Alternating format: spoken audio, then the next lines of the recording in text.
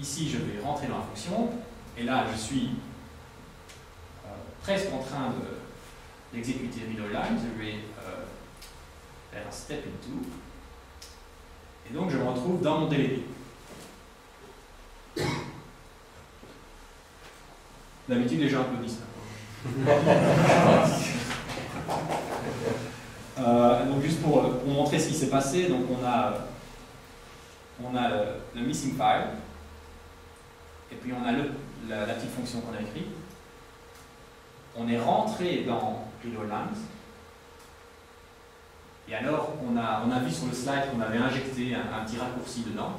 Donc on a pris le raccourci et on est dans la méthode anonyme qu'on a écrite. Donc ça, c'est toute l'essence de Moles. Moles vous donne un moyen de remplacer n'importe quelle méthode .NET par votre propre DLD. À partir de ça, vous pouvez construire tout ce que vous voulez. Un framework de mock, des modèles, quoi que ce soit. Et donc on fait pas de magie, enfin on fait pas mal de magie, mais c'est assez limité. Donc on est juste cette fonctionnalité, et le reste, c'est vraiment le langage qui le fournit par les lambda, et alors c'est vous qui pouvez construire des petites librairies, des genres de choses. Et je vous montrerai comment on peut faire ça. Donc là, j'exécute, je reçois mes lignes, et comme on peut voir, oui, le zoom ça marche pas. Non, il ne marche pas non plus. Ok, donc si on...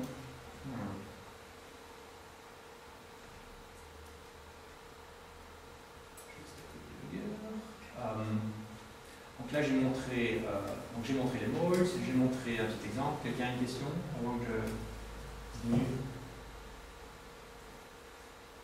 Claire de l'eau de roche. Mais je n'ai pas tellement bien compris pourquoi il y avait cette problématique de performance sur io.file. Qu'est-ce qu'il a fait? Il a créé un nouvel MS-Core-lib pour l'entièreté de la scène. Non, on a juste créé une nouvelle DLL qui ne contient aucun type de MS-Core-lib. Le problème, c'est que si on instrumentait tous les types de MS-Core-lib agressivement, la manière dont on a implémenté notre instrumentation pour le moment diminuerait dramatiquement la performance de tout code exécutant managé dans le process. Il faut bien se dire qu'on instrumente des types que tout le monde utilise. Tout le monde utilise file, donc tous ceux qui vont utiliser file vont avoir un petit problème de performance. Au sein de cette application domain, pas pour un autre process ou pour un autre application? Juste dans le process. Ouais. Dans le process. C'est, disons, une évolution de comment on a construit PEX, et c'est vraiment lié à MS-Core-lib. C'est vraiment lié à la base class library. Dès que vous faites des moles pour une quelconque autre assembly, vous n'avez pas ce problème-là. On instrumente tout et c'est transparent. Vous n'avez même pas besoin d'en soucier. Peut-être que dans le futur, on est plus malin à ce niveau-là, mais pour le moment, c'est comme ça que ça marche. Vous devez clairement, explicitement dire quelles sont vos dépendances. Okay. Pour donner une motivation de PEX, pour le moment, on est content parce qu'on a un test ici qui a passé. Mais ce qu'on pourrait faire, c'est par exemple transformer ce test en une méthode paramétrisée. Donc, au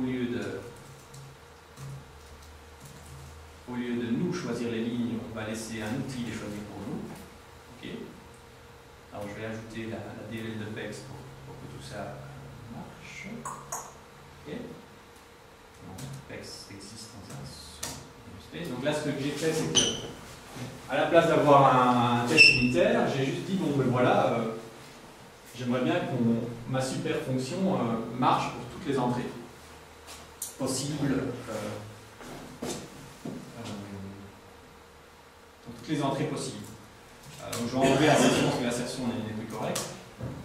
On va parler de PEX plus en détail, c'est juste pour l'effet démo. Donc il y a pas mal de problèmes dans cette fonction.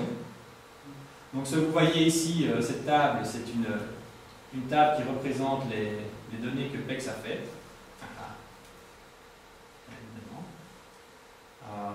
même, bon, avant là, on n'a qu'un test qui envoie nul, mais on a un message qui nous dit que PEX n'a pas instrumenté la méthode qui nous intéresse. Même problème, on ajoute un attribut dans le projet. Donc on configure l'instrumentation dynamiquement. Alors ce qu'on voit ici, c'est une table des différentes entrées que PEX a essayées. Donc regardons ça plus en détail. Nous avons donc ici, si vous voulez, cette colonne-ci est mappée à lines. Okay. Et alors s'il y a une exception, alors on va le voir dans cette colonne-ci. Et chaque ligne dans l'exécution est un test qui a été généré par PEX. Ce test a été généré et sauvé dans votre projet. Donc quand on revient dans le projet, on a tout le type n'était pas au bon endroit. On a le fichier qui contient le test paramétrisé et alors un sous-fichier qui contient tous les tests générés. Si on regarde ce sous-fichier, il contient des tests générés. Donc tout ce que vous avez vu dans la table existe aussi en code source. Et donc ces tests sont des tests unitaires, fermés, qui appellent le test paramétrisé. Donc, si je vais vers la définition de cette méthode, je me retrouve dans le test paramétrisé. Donc on a généré une suite de tests ici qui trouvent plein de problèmes.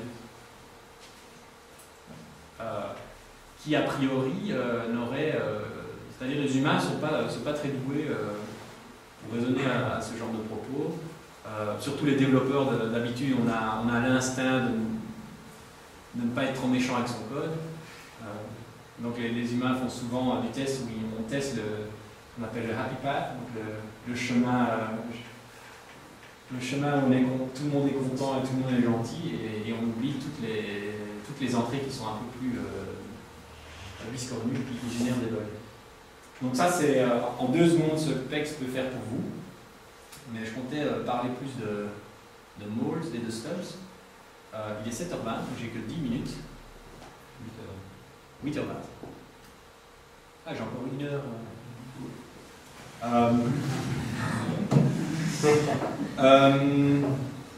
Ce que je peux faire, c'est peut-être conclure ce qu'on a vu et alors faire une petite pause shop.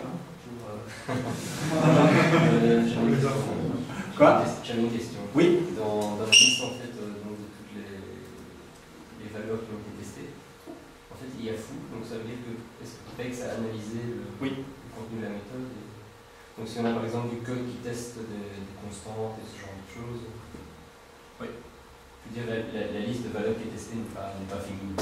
Non, c'est-à-dire PEX ne connaît rien a priori, PEX ne fait rien au hasard. Et la technique qu'on utilise est une technique qui est très similaire au white box testing, de manière automatisée. Donc j'ai deux slides où on va faire ce que PEX fait tous ensemble, joyeusement. Et donc ça devrait vous donner une compréhension assez précise de ce qu'il fait. On utilise des solveurs de contraintes et